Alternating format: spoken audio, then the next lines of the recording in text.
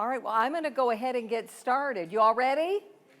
All right, we're excited to have you here. Welcome, everybody. I'm Rachel Platt. I'm the Vice President of Mission here at the Fraser History Museum.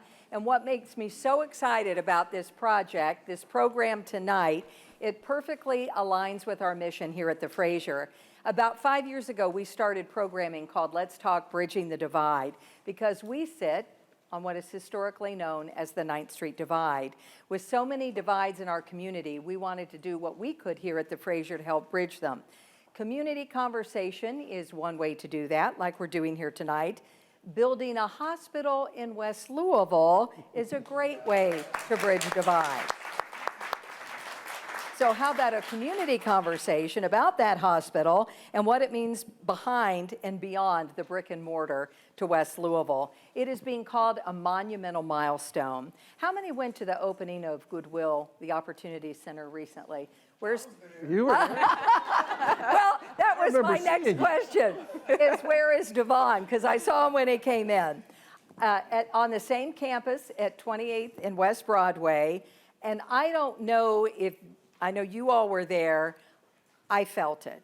I felt the electricity, and it really felt like there was hope that we've been talking about. So we're going to be talking about that as well. So let's get started. We want to welcome Russell F. Cox, President and CEO of Norton Healthcare, and yes, and Corinza Townsend, Chief Administrative Officer of Norton West Louisville Hospital. Told you.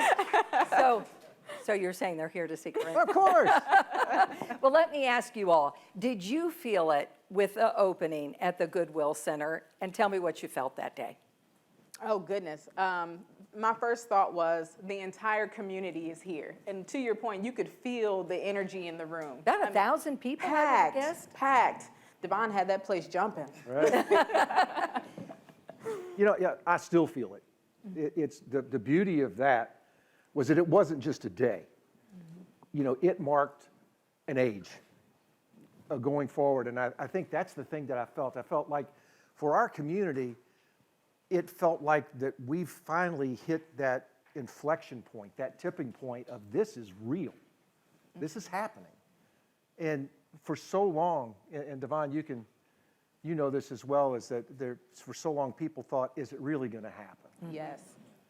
And that day felt like we're finally over that. And so it was a wonderful, wonderful. Well, a word that fires you up. Well, that you kept using that day that I thought was so profound was hope, because it really felt like maybe finally we're at a turning point, a tipping point, and maybe, that the needle is moving forward for everyone. Is that something that you all felt, and do you think that's true? Oh yeah, absolutely. Like I said, it not that we weren't already fired up, right? I think we're all fired up. Everybody in this room is fired up, right? I'm not saying we're not fired up, but to your point, to both of you guys' point, it is kind of that turning point. It's like, okay, they have crossed the finish line and being done with their facility. They're open, and we are trailing right behind them, right? November is right around the corner. Yeah. Like I said, the energy. I'm telling you, it's the energy. Do you want to add anything, Russ, to that? I think momentum is a key word here. There you go. One of the things that we feel so good about organizationally at Norton Healthcare is that back in 2018, 2019, we really started to approach things much differently organizationally. And we began to look within our organization for how we could make a difference externally in our organization. And we partnered with Louisville Urban League around that track you all may have heard about. We partnered with the YMCA. See some folks from the YMCA here at 18th and Broadway, 7 County Services, 22nd and Broadway.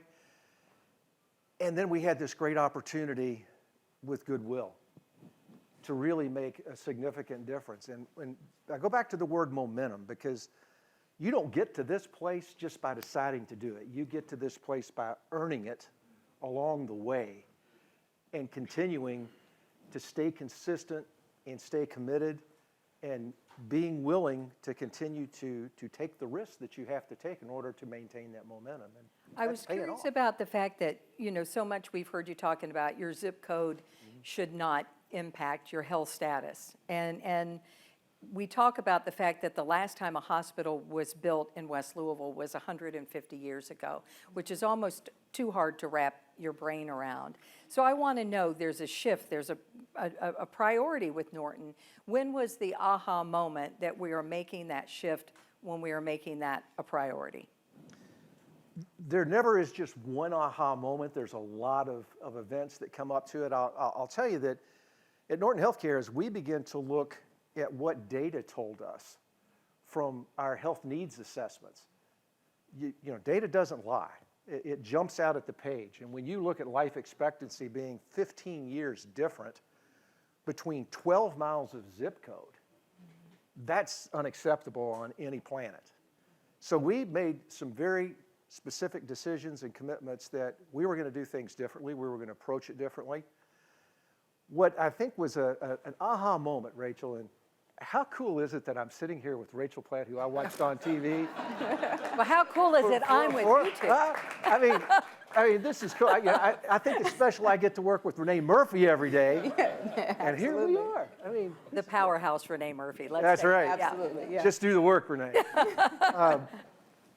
But as we begin to look at those things, and as we begin to understand that we had an opportunity as an organization to change this narrative, that's when we really began to put a lot of energy behind access. And in the past, some of the solutions would have been mobile sorts of solutions, and we all love mobile, and that's great.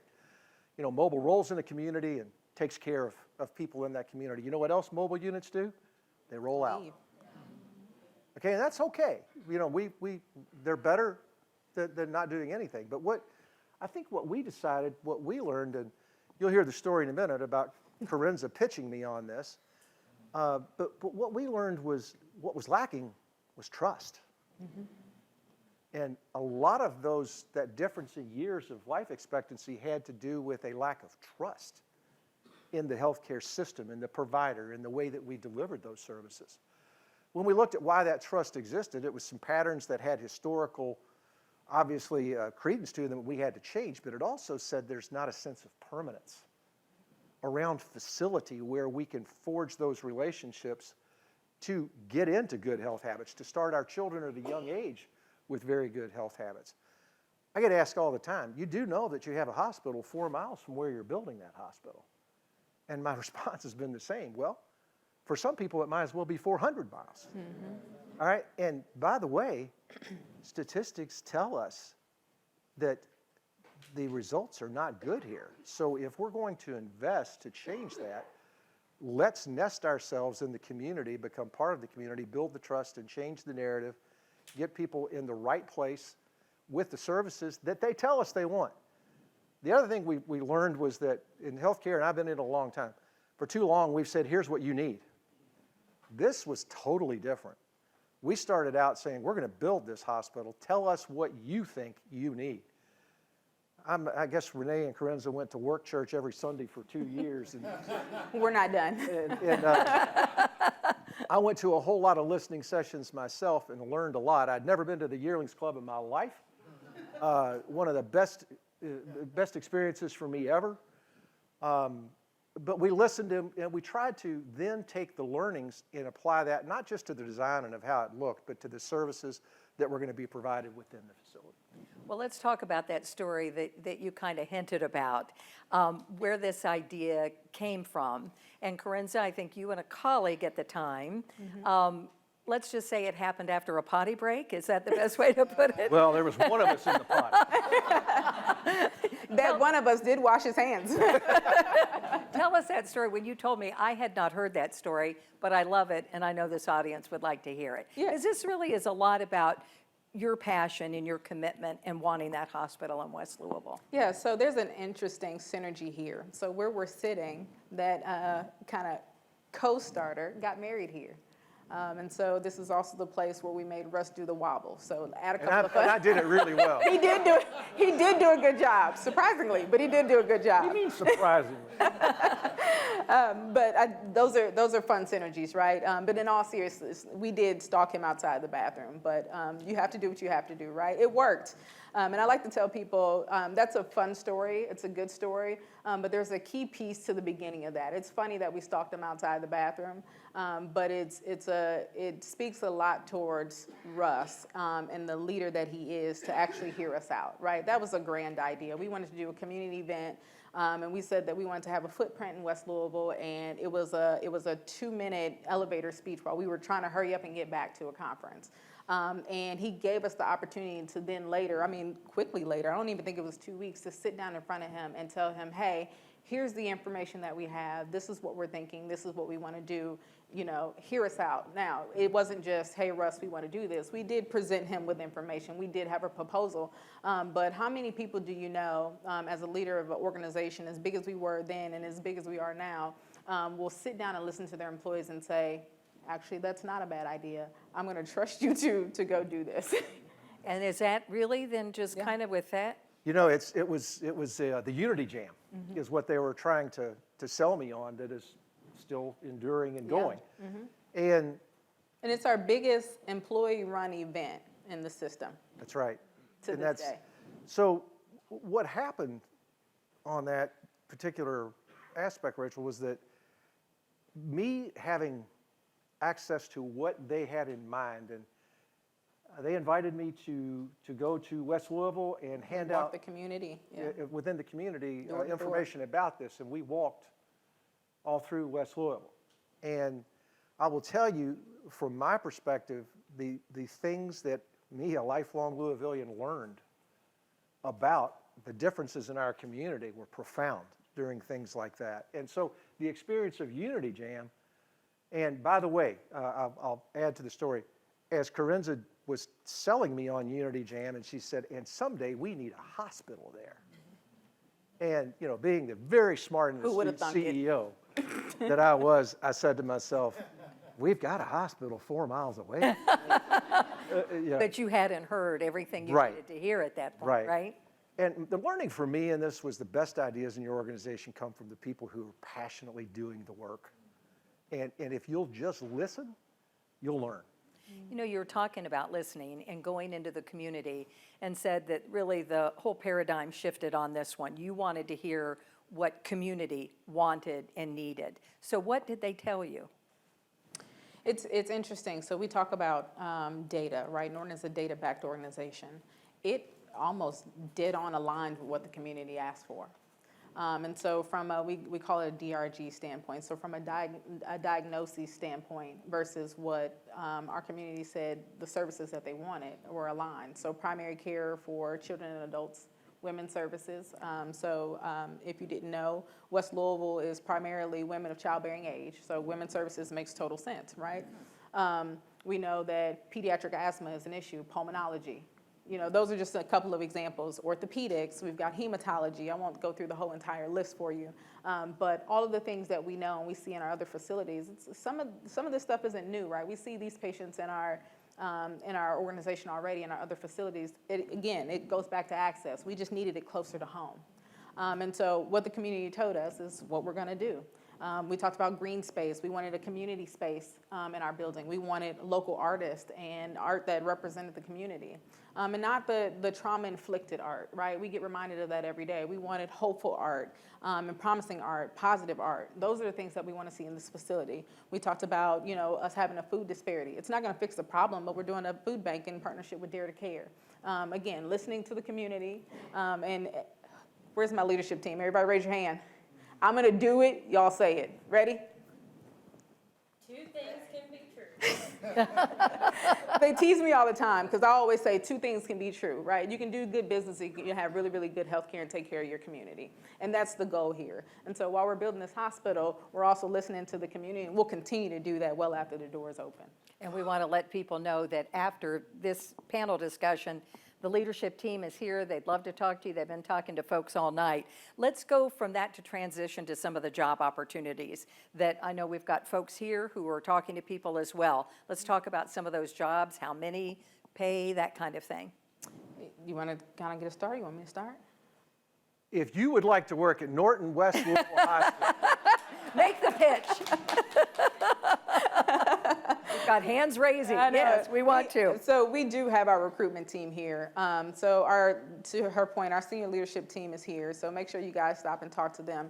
At this point, we are hiring kind of our middle management. So nurse managers, A&Ms, or assistant nurse managers. And then into the summer, we'll start hiring licensed positions, frontline positions, receptionists, folks that'll work in our bistro, our ESD members, so the folks that take care of the grounds and take care of the facility itself. We'll start posting all of those throughout the summer. With that being said, if that is a position that you're here and you're interested to, words are hard, interested in, I swear I'm educated, interested in, our recruiters will take your information. So although those positions aren't posted yet, talk to them, let them know so that we can reach out to you when they are.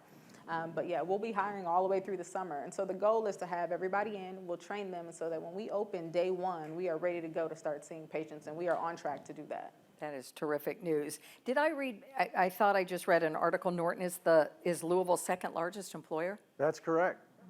I did not know that. When I mean, I know, look at Snap, right? Because of this guy right here. Well, But- let me say this.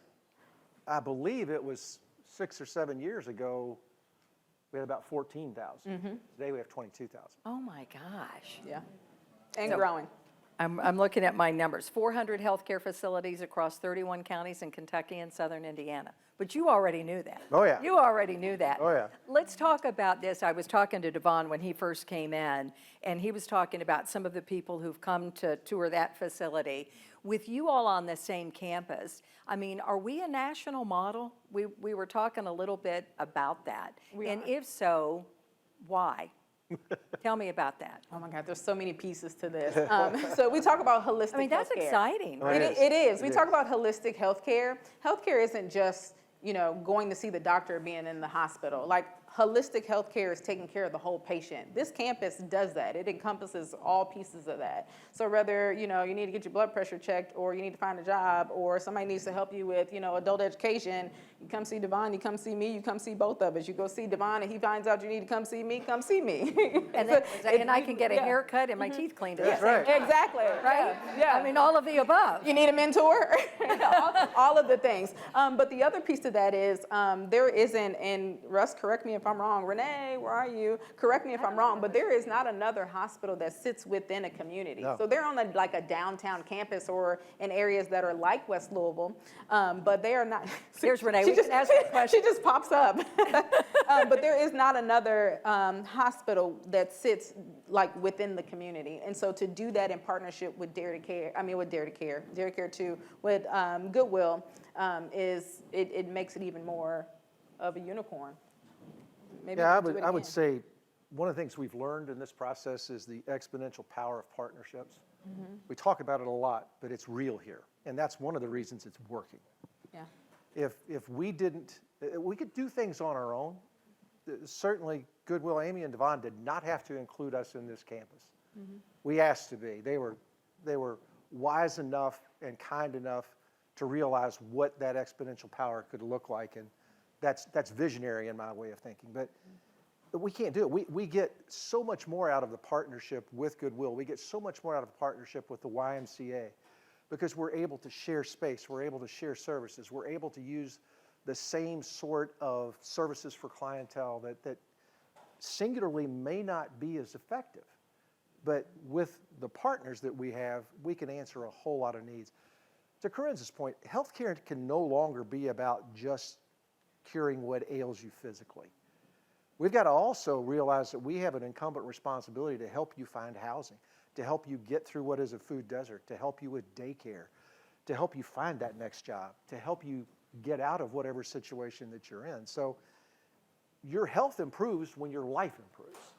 And that's really what I believe that exponential power is And all connecting all of these dots and Yeah. having it in one place is transformative to lives, to community, to everything. So I'm curious to see if we'll start seeing more and more of this. I sure hope so. Yeah. I sure hope so. I hope so too. What has been the response from the community? Or will you hear that in November, or have you already starting to get feedback? I think there's a sense of pride. The community is excited. You could hear that when we all came in and we asked, are folks ready for this hospital? but that is also met with a little bit of hesitancy, right? Russ talked about that lack of trust with good reason. There's no blame there, with good reason. And so the best way to combat that or to address that is to, I told a reporter earlier, we can show you better than we can tell you, right? We're here. Yeah, To we're walk here. the walk. Yeah, we're here. We were here 2 years ago when we started this. I'm gonna be here after November, right? And so we can talk about it all day long, but you know, we want to physically be a community partner. We want to be that healthcare partner. We want to see people healthy. I talk about wanting, in my mind, right, this facility. I want you to come see us when you're well. Right, I want you to come see us in prevention, not just when you need to see me in the emergency room. Come see me to get a physical. Come see me if you just have a question. Come see us, you know, for any reason. Get used to being on this campus, whether it be at Devon's house or at my house. You know, get used to being on this campus so that you are more likely to come see us if things do get worse. But it's a mindset thing, right? We go to the doctor because we have to. And I'm speaking for the masses here, so correct me if I'm wrong in the crowd. But we go when we absolutely have to because we don't typically trust providers and the employees that work there, and so we wait until it's too late. And so we want to change that narrative in this space so that you do come if you just have a question. I cut my finger, had a Band-Aid. Can you tell me if this is infected? I'd rather you do that than the finger's dangling off and now we got to do surgery to put it back on, right? Silly example, but am I wrong? Yeah. No, but trust has come up a couple of times tonight in this conversation. What do you think it is going to take for there to be that trust in community? I think it takes these community forums. I think it takes some of the things that we've been doing and a whole lot more, right? Just showing up and doing a community forum isn't enough. But, you know, going out to community events that we have been, going to the churches like we have been, having good partners like, you know, the Tim Finley Juniors of the world and the Devons of the world and, you know, the Dave Christophers of the world. You know, there's... See? There you go. Yeah. So, I mean, it's you know, Russ talked about the partnerships. That's key. And just being present and not just coming in your mobile vehicle and riding And then out. leaving. Yeah. Let's talk about the health outcomes, because what you talked about, the health disparities in this community based on zip code have been abysmal. I think we're all in agreement with that. How long is it going to take for those outcomes to be better based on some of these transformative actions? Any idea on when we might see that gap narrowing? I think that's a hard question to answer. But I will tell you this. My personal measure of success is less emergency room visits, more general doctor visits. Right. So we use the ED, we use the emergency room as a primary care, and that's not how it functions. And so there's education that goes around that, and then again, our favorite word, trust, that goes into that, where people aren't coming in crisis, they're coming to see us for those well visits. So for me, when we see those numbers change, we'll see, you know, measurements of success. Obviously, we'll see health numbers do better, but I think that's the more notable piece. Now, we never want to say, you know, we don't want those numbers in the ED. But I mean, that's a very obvious piece of measurement there, and there's other things that. But there are things, things that you all have top of mind that you're going, we want to measure some of these outcomes, then we'll know if we're making a difference. Yeah, your general things, diabetes, high blood pressure. We know in our community those are two major things. Getting people's asthma under control. Sickle cell is a big one in the African American community. Most of West Louisville is of African American descent. That's something we want to address and make sure that we keep those crises down and manage that. There's a couple of things, not to go into too much medical lingo, that we want to monitor, but to see those numbers level out, cholesterol, heart disease, those are things that we want to see do a lot better. You know, African American men, you know, y'all don't go to the doctor enough. It's going to turn into election right here. You don't go to the doctor enough. I'm getting on you. We got one that does. I mean, I say that jokingly, but statistically that's the case. We want to see you at the doctor more. That's another measurement of success. When we see you more at West Louisville Hospital and our other facilities, those are the measurements of success that I would say. You know, I'll take a little different angle on it for a second, because you've covered it really well clinically. There's never been a time in my career where I've learned more than the last 3 years, and I mean that. One of the things I learned through these listening sessions there's all kinds of barriers that keep people from coming. I mentioned a few of them. It could be childcare, it could be transportation, it could be any number of things. The one that hit me square between the eyes was the awkward moment of, how are you going to pay for this?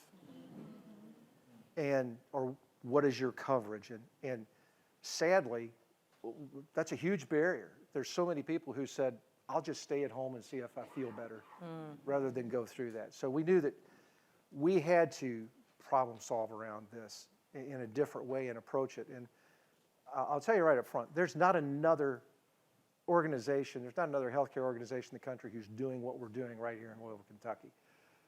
But they're also not doing the next thing I'm going to tell you about.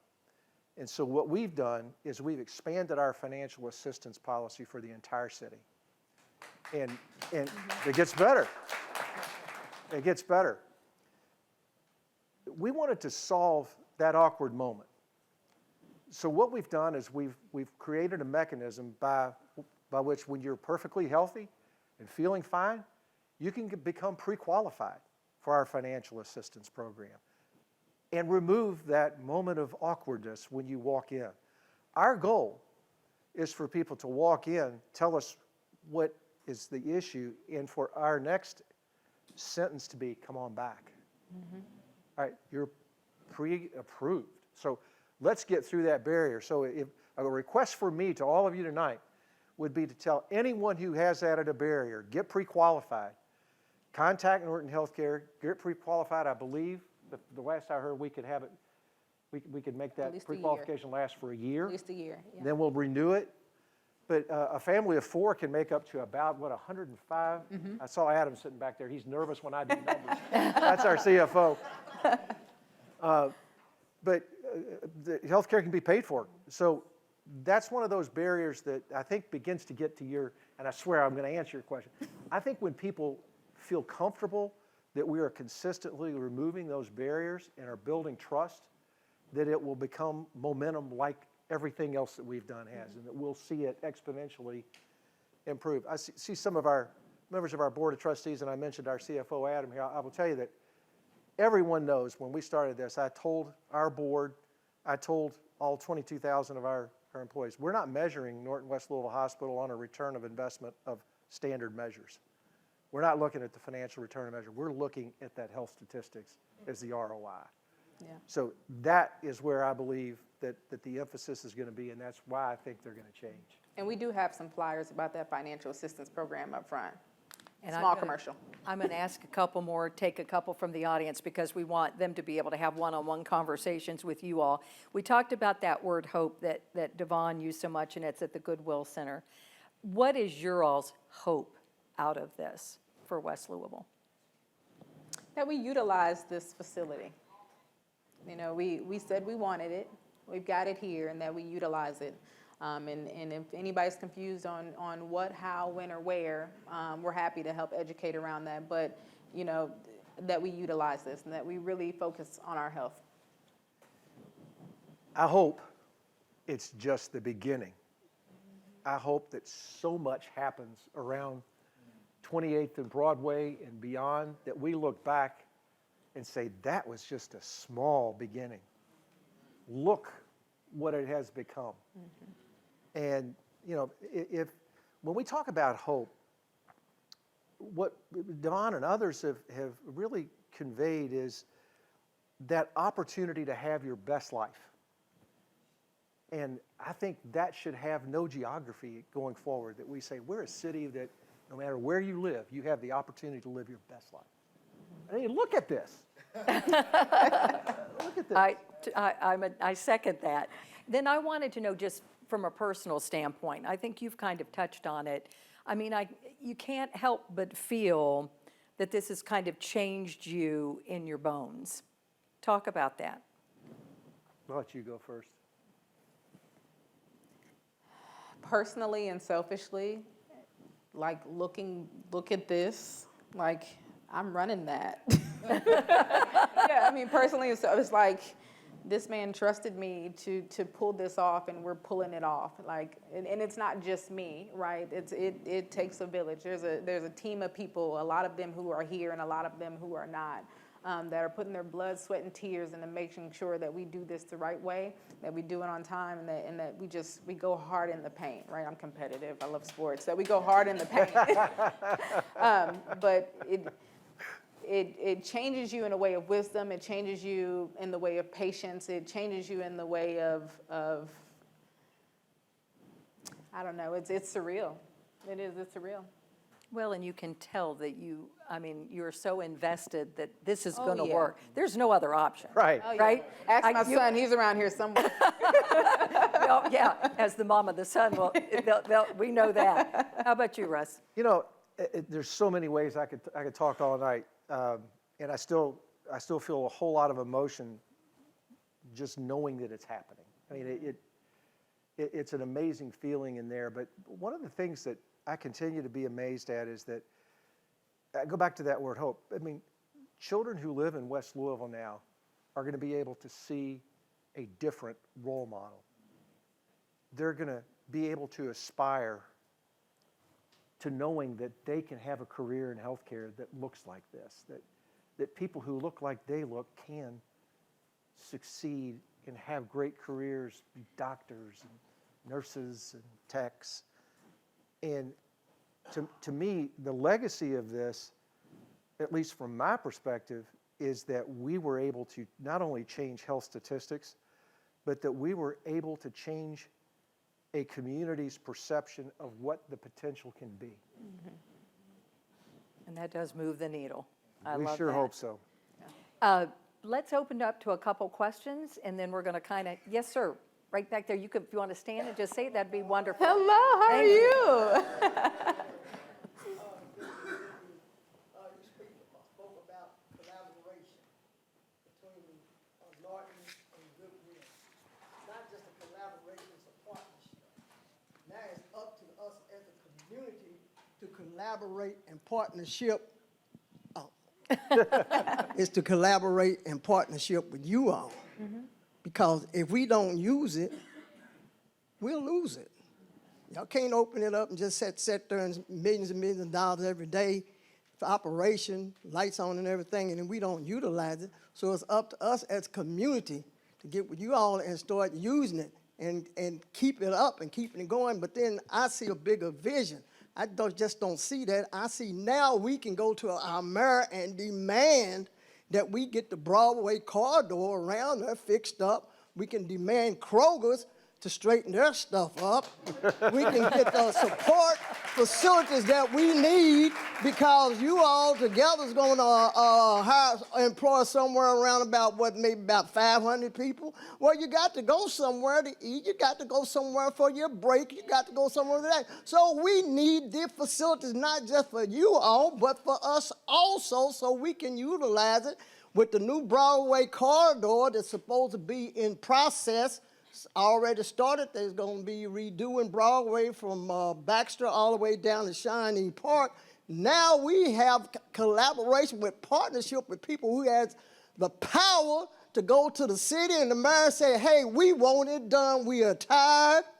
We are fed up. Now we want it done. We have to demand that this be done and get our area like they want it up in Nulu. Well, now let me ask this. So do you all see yourselves as a catalyst for other change to happen like the gentleman just spoke about? Oh, I don't think there is any doubt that we do. It would be irresponsible on our part for us not to do that. And I absolutely appreciate your passion. I believe that's part of the momentum that we talk about, though. We've got to stay very focused on accelerating this momentum because that's what creates that It will change only to happen. continue to grow upon that. Yes, sir. How are you all? I live just right over there, tracks. Renee's coming to you. with Over the there. microphone. So I'll come raw with what I got to say, but I'm going to be careful. So, rumor has it, because of the diversity of the West End now, the commerce is starting to come. So I'm going to ask behind the scenes question. How does the numbers play as far as employment? Stage is set. How does it act out? Can someone really, really get into it? or is this, well, I'll just ask the question. I think my. Okay, so, Yeah, ask the question. What question are you asking? We're amongst friends, right? Ask your question. So it's within what I'm saying. So you hearing what I'm asking? The stage is set, the numbers. Because the numbers, as far as those in the community and employment, ma'am. Because I just said that rumor has it that because the West End is now diversifying back to what it was in the 50s. See, nobody wants to address underneath. We can look at that all day long. So I'm going to paraphrase your question. You're asking, will the people that work in this facility be people who live in the community? Reflect the community? And be, Protect the community and also answer this. And I don't know, I don't think you really can. Maybe it's just kind of as time go along. But are you asking about gentrification? Is that what you're asking about? It's no longer an African-American really community in a sense. Because you have your diversity of those coming in. So I'm just asking, is that, maybe you all know. well, I think the question is it going to be reflective of the community? Let's get to that part of it first, I think. Yeah, so yes, and when we did this forum at Yearlings Club, this same question came up, and my answer still stands. The hospital will look like the community we serve, and so it will be a diverse group of people that work in this facility. With that being said, there's a caveat there, right? When we did this community forum at the Yearlings Club, this question came up, but it came up with concern of, are the employees that work in this hospital going to be all Black? And what does customer service look like? What does the education look like of this facility? So my number one priority is to get us the best people to take care of our patients, okay? And so to tell you that the numbers are gonna look one way or the other on the demographic, there is no answer for that. Because if I have a Black candidate and a white candidate and one or the other is gonna take better care of the patient, that's the candidate I'm gonna go for, okay? Yeah, so I want what's best for this hospital, I want what's best for this community, and what drives that is who's gonna take the best care of our patients. You could be blue with one leg and two eyes, okay? You can come dragging in on a scooter, right? But if your patient care, your customer service is good, and you know how to do your job, that's the person we're gonna hire. And this leadership team in here understands that. So no, all the employees won't be Black, all the employees won't be white. They're gonna look like the community that we're serving. It's gonna be a mixed bag of tricks, and we're gonna do a really, really good job at taking care of our patients. Well, and I do want to thank Russ and Corinza, because I want to make sure there's so many folks here from Norton. I want you all to have your one-on-one time instead of just all of this. So everybody's going to go back to their tabling, I guess. The admin team, the leadership team, job opportunities, they're going to all go back out. So we would love this audience to go and explore and ask questions. And we thank you all for coming. Do you all feel it? Yeah. Do we feel it? Okay. Thank you all so much. Absolutely. And congratulations. And we're so glad that you waited outside the restroom. I'll do it again. Absolutely. Thank you, Rachel. You did a great job. We appreciate it. Thank you.